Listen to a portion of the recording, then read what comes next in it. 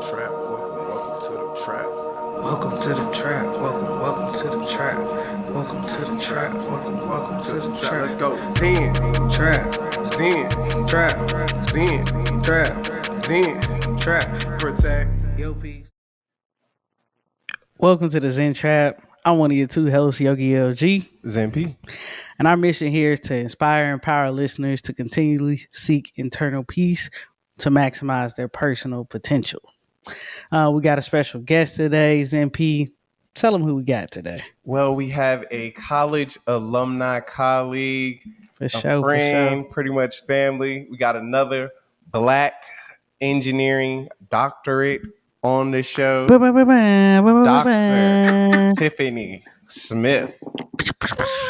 Oh, yeah. So, Round of Dr. applause. Smith, here at the Zen Trap podcast, we like for our guests to introduce themselves a little bit differently here. I don't know if I've ever even played this game with you, but you're going to have 2 minutes to tell your life story from birth until now. It's not a timer up.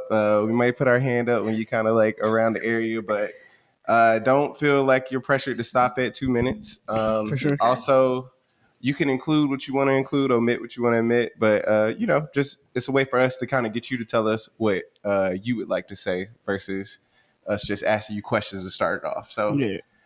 take it away. Okay. All right. So, Dr. Tiffanie Smith. You can call me Dr. Tiff or just call me Tiffany. That's fine too. Born and raised Richmond, Virginia. Richwood. Youngest of three. Raised by my mother and my grandmother.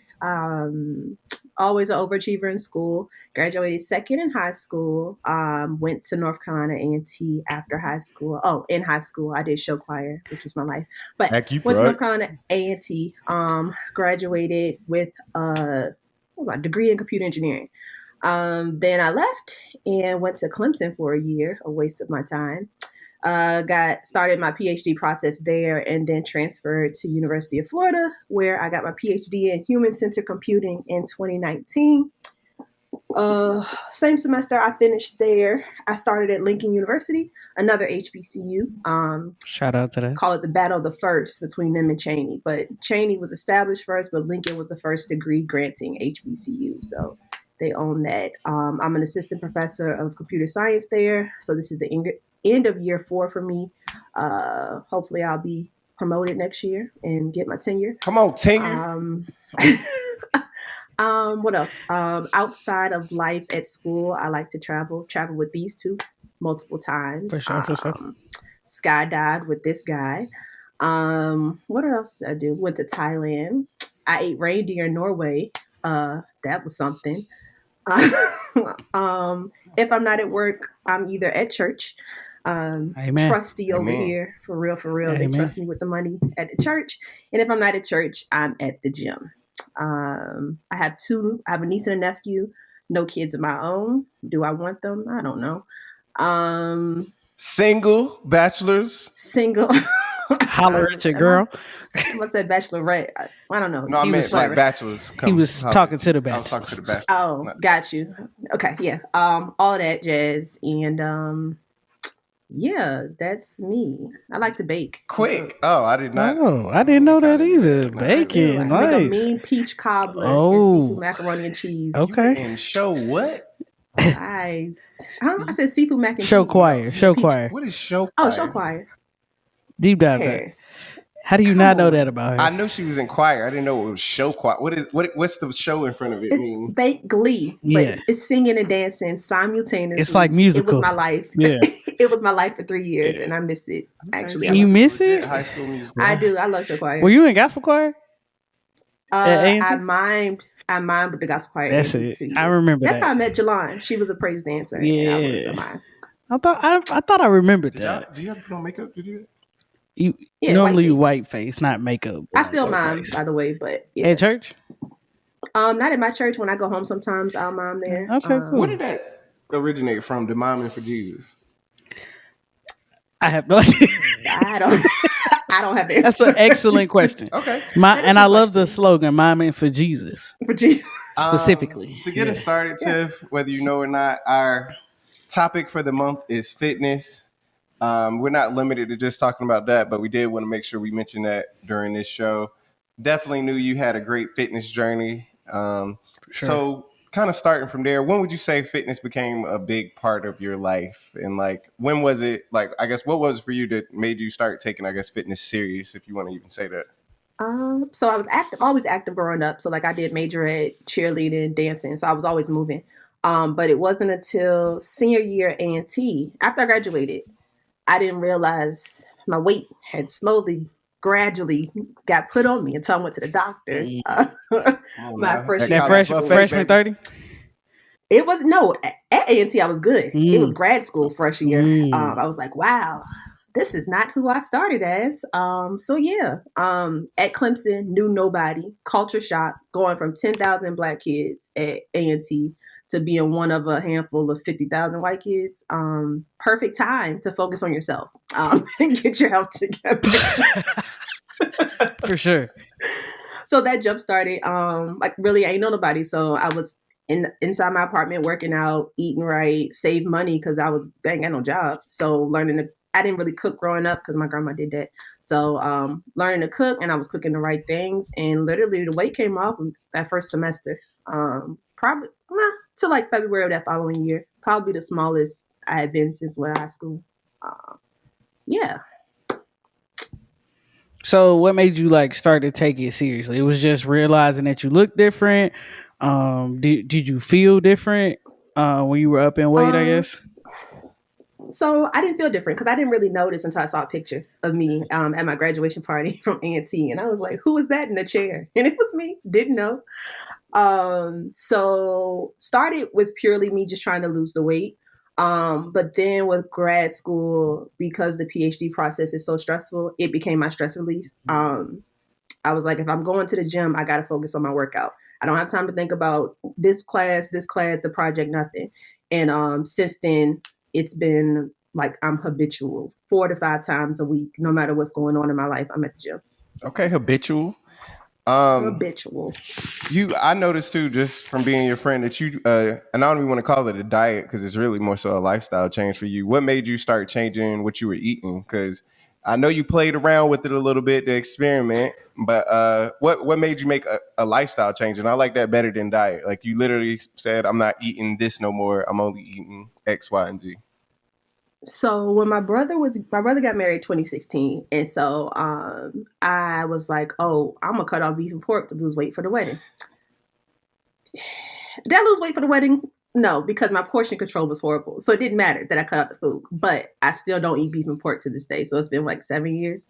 So it initially started as that, and then I was like, I don't miss it as much. Ribs, that was The hard. swine. The I done with swine. this It one. wasn't not even bacon, nothing. It was just the ribs. The ribs got me for a while. And I was never a steak person, so that was fine.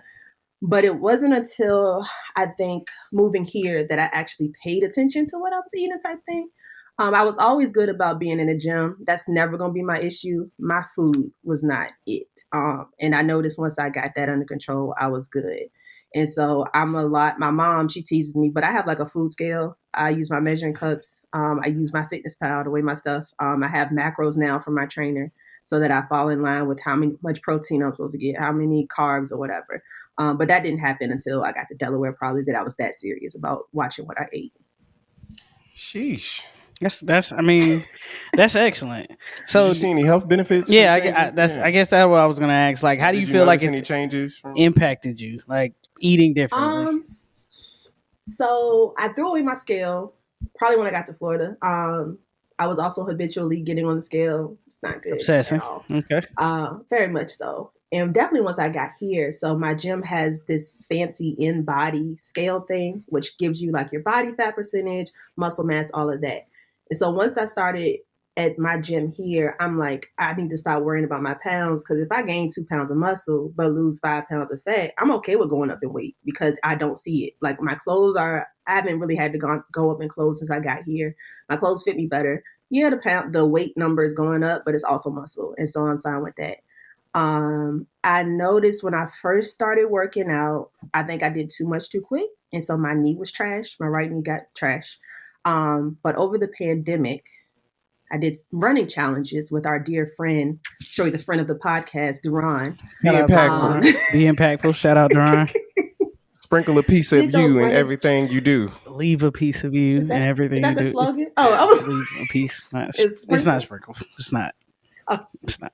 Yeah. So running with Duran, actually, my knee got better. I didn't think it was gonna be possible, but actually running that much, like 1 month we ran 75 miles in a month. Stupid. Mile Yikes. child. Very dumb. Yikes. Obviously not dumb. Very It dumb. helped.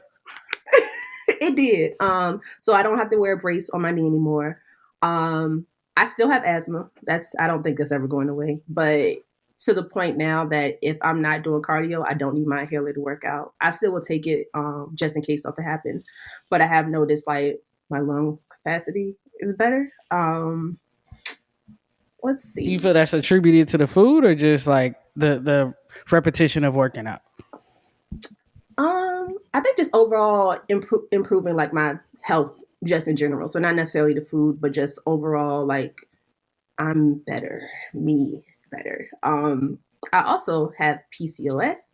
And so Sure. when I was in He college, Stop. Oh, Stop. have y'all talked about that on here? no, but No. in other platforms. I And also if have you a would like to PCOS. But I know would more say about PCOS. PCOS, there's a brilliant documentary out by Shelby Kilgore. Shout We'll out to put the Shelby. link below. called Remedy the Problem. But sure. yeah, so PCOS, I got put on pills senior year undergrad or whatever. And they say a lot to fix PCOS. Is like if you lose weight, you'll be better and stuff like that. I'm still on birth control for PCOS, but I am curious to see if me improving my health, if that changed some stuff around. So at some point, I'm gonna run some tests to see if things are better in that aspect. But I feel better. I take supplements, but I don't really need them. So like supplements that my trainer recommends, but not on any like daily medication outside of the birth control for that. So All right. So, what did you find most difficult about starting your fitness journey, even with your lifestyle, as far as what you eat, what you put in your mouth? Is there anything you would do differently with that journey? You're so childish. You just have a way to learn. like I said, the working out part wasn't really hard for me. I'm a creature of habit, but portion control. So like weekends, boy, I try to do really good. I still have a cheat meal or two. But yeah, I meal prep throughout the week, so that helps a lot. So when I go to work every morning, it's just a protein shake, and I make my lunch, have my dinner when I get home. So if I'm super tired, don't feel like cooking, it's already cooked for me. I do that on Saturdays and You Sundays. say these things so casually, helps a like lot. they not difficult. Most of the world It's a struggles habit. with habit She's a forming. habitual. Okay, so I credit. Say it again, Paris. Habitual. Say it She's a again. habitual. So I credit grad school actually. So I didn't have to work. So I had that time to I could meal prep whenever with grad school. And so I guess once I transitioned out of that grad school life, I still made sure I made that time on Sundays because I knew how helpful it was to just have food in the fridge. I ain't got to stop nowhere because I know I got You food got food at home for sure. I be having food I at understand. home. Dalton. So what would you say is one major thing you learned about yourself from doing all of this? So my weight still be going up and down. I noticed that when I actually do what I need to do food wise, I can actually see the change. So it's possible. So as long as I stay dedicated, I know I can reach whatever goal I set, fitness wise or life wise. I just got to stay dedicated. Consistency is why people fail with fitness. So the gym is all good. If I ever get my food together, like if I ever learn to like vegetables, I'd be a skinny naked. Watch out now. Wow. Out That's in gonna these be streets. we definitely plugging that somewhere. Skinny naked hoe. It's like a naked mo rat. It's like a skinny naked hoe. Just be out. Everything I would be out. remiss if I didn't transition a little bit into some of your Black excellence on having, obtaining your doctorate. What made you want to do a doctorate degree? And did you always want it? When did you kind of know? So I was always an overachiever. And what made you want to be a teacher? All of that. Okay, so I'll start with the teacher part. Education runs teacher-wise runs in my family. My mom's a preschool teacher. She's been in the school system for probably 25 The best. years Shout now. out to mama. Before that, shout out to my mama. She gonna watch this, I'm sure. She loved Paris and she loved Lindsay. Well, But you're her favorite, Lindsay, I think, over Paris, which is wild because she met you once, twice. I kind of had that effect. But You do. But yeah, so she's teaching. My sister's a teacher. She's a high school teacher. Got a cousin that's a teacher. My brother's not a teacher, but whatever. But yeah, so education, it's sort of ingrained in us. My mom never really pushed us as far going back to the PhD. Like she pushed us like as far as college went. You had to go to college, but you got to only go for 1 year. See if you like it. That was her only rule with college or whatever. We all finished, of course, but for me, I think I knew. So I got into engineering because I was always good at math and science. So everybody was like engineering, whatever. I think PhD was always a goal just because I was an overachiever. I didn't necessarily know it was going to be a professor until I got to A&T, because we didn't have any women engineering professors until like senior year or whatever. Black women. I can't even think of like one. Senior year. I had one in IE. Yeah, computer engineering and the computer science. Now I had three Black female professors in computer science, but none of them had a doctorate. I had one, Dr. Bradley. Shout out Dr. Bradley. Yeah, but that was like junior, that was senior year. Yeah. Super late. And so outside of her, she was it for engineering. Computer science, the three women we had, we were calling them Miss Brown, Professor this. We ain't calling them Doctor that. And I'm just like, that's dumb. We can do it too type thing. So that was really my motivation, so that students could see us Black females in the classroom and know that it's achievable as well. I knew I was going to have some tie to education, but I thought I would go like industry education at first. So building tools or something like that. But then, yeah, A&T, I was like, well, here I am. Professor Dr. Tiff. K-12 education is still my heart, but the pay is not where it should be. So that's honestly, if I got paid what I get paid at a college to teach fourth graders, I would be teaching them right now. That's what's up. But it's not possible. So my research looks at K through 12 education in the STEM space so that I can still have that outreach. And I still work with a nonprofit that does so K through 5, Marie's Kids. It's out of it's based in Charleston, South Carolina, with some friends that I went to Clemson with. So that does nonprofit educational outreach. And I do like youth stuff at school and stuff around the community type thing. But yeah, so that's my tie to keep in with the K-12 that I love. So my dissertation was on middle school math education for Black students. So okay. So speaking of that time and when you just decided like, hey, I'm going to get my PhD, let's say roughly 18-year-old self, what is one piece of advice you would give that 18-year-old Tiffanie? So freshman year, I was ready to go back home, to be honest. First half of freshman year, first time being away from home, I was not a fan. My roommate, bless her heart, Dominique, her twin came with her to A&T and like 5 other girls from high school. Where was she from? So she always had friends, always had everybody around. Where was she from, Tiff? What's up? I knew that was Dominique and Monique. Shameless plug. Dominique and Monique. But she always had her friends, and they were open and welcoming to me. But I didn't want to attach myself to their crew because they had their crew established or whatever. And so I did. My friend Imani, she went to A&T too, but she was not in engineering. And so I just was like, dang, this sucks. I don't want to be here. Yeah, it was all of a month. And I found the gospel choir and decided to stay. But 18-year-old me, she needs some advice, Tiff. Help her. I don't know. Because I've always been like, I always knew like, I was at least going to get my master's. Like going into A&T, I knew bachelor's was not going to be the end for me because I already had that overachieving mindset. I think I wish I would have been a little more balanced or try to be more open when I first got to A&T. Like I said, I went to class and that was it. Like to the point that I was ready to come home because I didn't really reach out and try to know nobody. Thankfully, things did turn around. I don't know that too. But it did. I know you didn't. And I met you late. So yeah. Just I should have been friends with Dominique and her crew. So Dr. Smith, where did your overachiever ability or intrinsic value, like where did that come from? Because if I'm not mistaken, it's a blessing. Have you ever not gotten an A? Have you ever got? Let me tell you, got an A-. in grad school. How But dare listen, they? she ruined my perfect. How dare How they? dare Yeah. y'all? It was real stupid. It was so dumb. Like I was a tenth of a point away, and she was not gonna give me that extra point. To this day, if I see her, That I will trip her up. habitual. I didn't say her name. That habitual, because that's what she was. Tiff, where did yours come from? But no, Where I've did it, always. like, just from birth? You was always like I that. don't know. You feel like you were in that? Yeah, You were like come that on, in childhood? Like, oh, if I want to play this sport, I'm gonna overachieve absolutely. in this sport. Or if I, Or is it only grades? good question. I mean, my mom let me do all the activities I wanted, so I know I was never a sports person. I played tennis, but then I went to show choir, so that was that.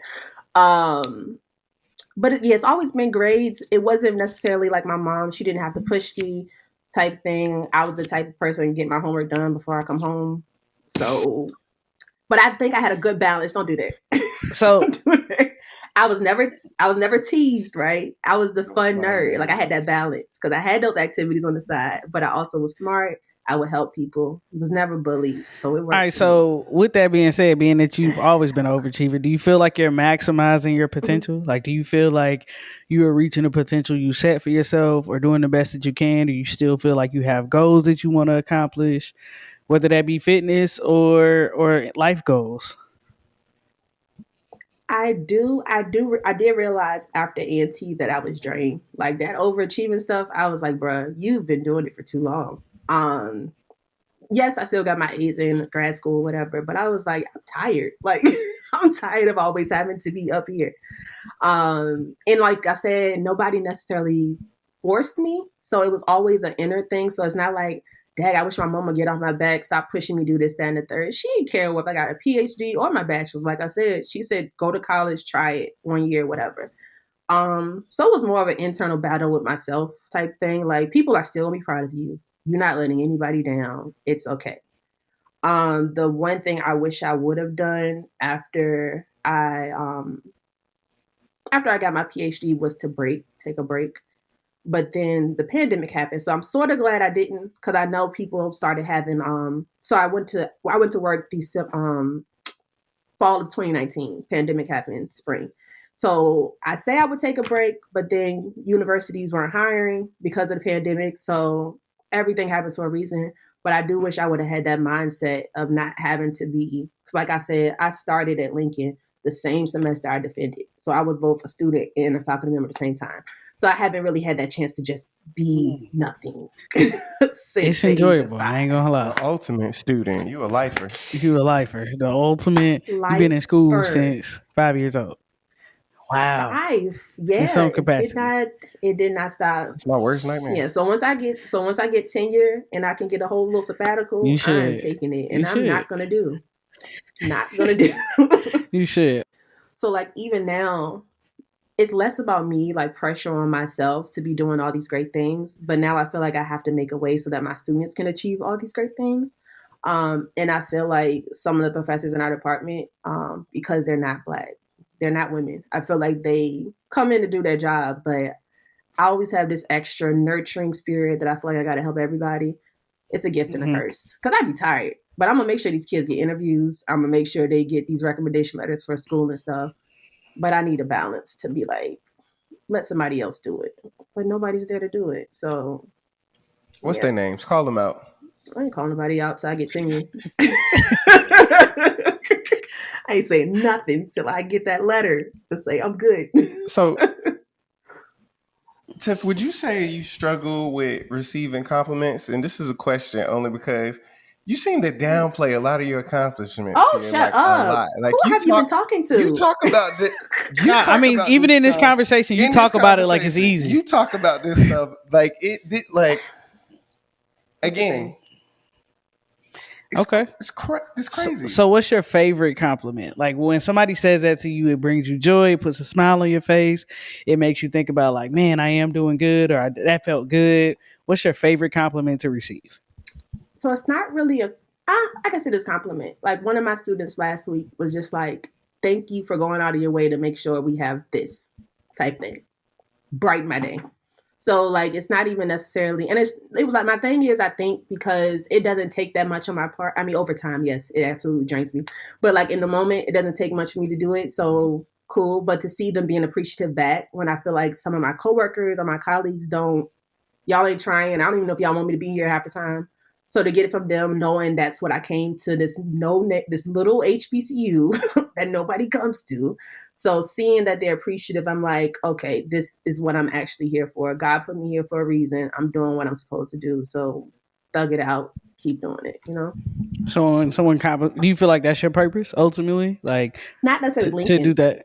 Yeah. Just that concept in general is to propel the young Black African American students of the world.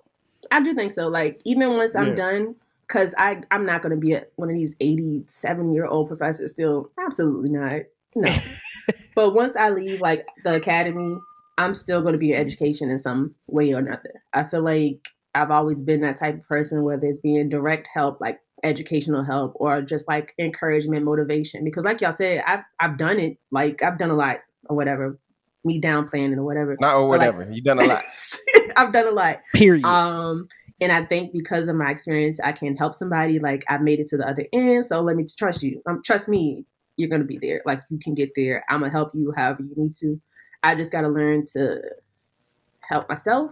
I have a hard time asking for help because I feel like I can do it on my own. But, you know, help's a good thing. I talked about it in therapy when I was going, but stop. Shout out to therapy. Yeah, since you brought it up, what made you start going to therapy? And I want to sneak another question in there, which is, and you might think it's related or not related. What is a generational trauma that you don't want to pass down to your kids if you have kids? But let's start with the therapy one first. Like, you want the specific reason I went to therapy? Because it's very specific. You can be as broad or detailed as possible. This is on you. This like, is your life. I'm not pushing you for no information. You can say I don't want to answer that. Okay, so everybody need therapy.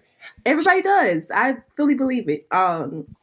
So I originally was in therapy or tried to get in therapy in grad school, but it was a waiting list. That's how you know it was bad, right? And so the generational trauma tied to that, not having a father around type thing. So that was my original reason. Me and him had a conversation. Didn't think I was healed from it, but I was in a much better place after my conversation with him that I stopped trying to get therapy while I was still in grad school. So fast forward to me coming here and meeting a young man who turned out to be complete trash, right? Complete trash. And he was a man of the cloth. So we'll leave that there. But complete trash. He happened to show his trashness the same week that my grandfather passed, right?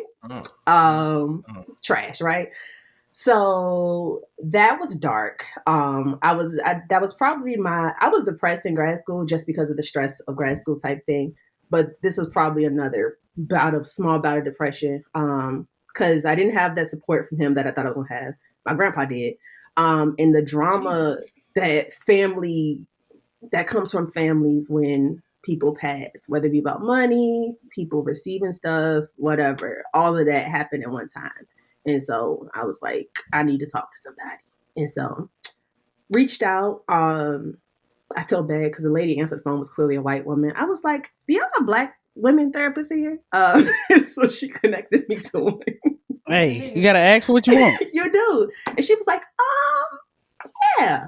Because I used Psychology Today, if no one has ever used it. They allow you to search they let you see that people like, for certain races, they'll do therapy for races. If they believe in certain methods of therapy, you can filter stuff like that. So I found a Black woman, but the white lady answered the phone, whatever. So went to therapy. I grew a lot from it. Legit, the only reason I stopped, I had to reschedule for a work meeting, and I never called back to reschedule. But I went for like a year and a half straight. That's pretty good. I went like a year and a half straight, and she was the best. I really am glad that I got a Black woman. Like, she would sometimes have blue hair, pink hair. Like, we could just shoot the shit, and it was great. She offered me. We cycled back to my father. We talked about that a lot. She gave me even more insight that I didn't know I needed. Me and him are cordial now. That didn't happen for about 20 years of my life. So yeah, therapy. It's the place to be, y'all. I've grown a lot. I'm gonna go back one day. for sure. You should. That's great. It sounds like it did a great deal of help in your life. That's what's up. So what do you do these days to recharge? Is that your church treasurer job or No, that's not recharging at fitness? all. At all. Is it fitness? I mean, she's It is. It's the gym. okay. So like I said, I go 4 or 5 times a week. I love Zumba, so I've been dancing since forever. So doing Zumba is great. I go 1 to 2 times a week. I was there last night. Like I said, you got to focus on the dance moves. You got to focus on your muscles or whatever. So you can't focus on papers you got to grade, the paper you got to write. None of all that goes out the window for an hour and a half. So I need it 4 to 5 times a week. Yeah, That's what's up. That's good. So we always try to ask that question about like what brings you peace, what brings you zen. It's super on time that yours is fitness. We're promoting that this month. Where hopefully this interview with Tiff encourages someone to get in the gym, to look at their diet, Be a habitual, go to therapy. be a habitual. Yep. That's we gonna put be habitual. That's the So you title can of be the a episode. skinny naked hoe. So you can be a skinny, naked. Oh, telling you. That's what's up, Tiff. We really appreciate your time. You were fantastic. Is there anything else you would like to leave with someone to encourage someone? Talk to the little black girls trying to be a doctor like you. Help somebody. Well, I'm gonna say this about grad school and being a doctor. I start my spiel every year with my students. And I'm like, I'm gonna push y'all to go to grad school, but the PhD is not for the faint of heart. I will say you do not have to be smart to get a PhD because you absolutely don't. Some of the people I know, okay, they ain't there, but it's all about literally perseverance and consistency and dedication to it. Classes are done in 2 years. It's the research, just sticking to it and know things. You're gonna have a lot of ups and more downs than ups. So just making sure you get back up for those who want to do the PhD process. It's a journey. You're gonna cry, but I'm a doctor. Not gonna cry. Look around. Look to your left. Look to your right. The person next to you might not be here next year. Oh, right. Yeah. Trevor did that mess. And all of the people I was sitting with, I don't remember who I was sitting with, but I feel like we made it out. Trevor also told me I couldn't graduate in 4 years, but I was on scholarship and Look had to at get me out. now. Look at me now, for sure. Shout out to Trevor Taylor. Shout out best to Trevor. academic advisor in the world. For sure. You don't even do that no more. Dang, that's so sad. But really, all the black babies, go do STEM. A lot of black kids don't like math, so that's why my dissertation is about math. Make math what you want it to be, as long as you view it in a different context, which I hope more educators get into. Like my work is culturally relevant education. Teach it so they can understand it in some kind of frame or filter. Next week or week after next, actually, I'm doing another a speaker series with the National Council of Women in Technology. This is my 3rd time doing it. Wow. Talking to counselors for computing. Because a lot of times these black kids, I was fortunate enough to have a black counselor who she reminded me of my mama. So that's why I was like, I'm gonna listen to you because you like my mama. And so luckily she went to HBCU, so she was encouraging and pushing people, but a lot of these kids don't have it. So if you're interested, it's a lot of free stuff out there. So don't think even like can't afford college. I've told a few of my students, you wasting money if you're not gonna pay attention to my class. Take time, do what you got to do to support yourself, but you still can learn on the internet. Not saying don't go to 4-year colleges because I got to get paid. But if that is not an option, I need my salary. I need to come to school. Yes. But money, sometimes you can't afford it. There's a lot of free resources, free code camp, code academy. Don't let it stop you. Start early. If your school don't have any computer science classes, I didn't learn a piece of code till I got the ANT. And now I'm a whole PhD. Now, I ain't see a language until I walked into Bullock's class freshman year. So don't think it's impossible if you haven't coded now. You can get there. I'm there. She did it. You can do it. Thank you for that, Dr. Tiffanie Smith. You have been fantastic. Thanks, guys. This has been another Zen Trap Chat. Link what? Lincoln. Oh, they don't do that. I don't think so. Again, this has been another Zen Trap Chat. I'm one of your 2 hosts, Yogi LG. Zen P. And again, we had the great Dr. Tiffanie Smith here today. Thank you again. If you can't do nothing else, protect your peace. and protect your energy. It's the Zen Trap. We out. Y'all go follow Tiffany on Instagram at Whippies52. Is that your? No, it's Whippies27. Wait. Whatever. We'll have it in Whippies there. I ain't 27? really want to call it out. Yep. You don't even know it. You don't even know it. Welcome to the trap. Welcome to the trap.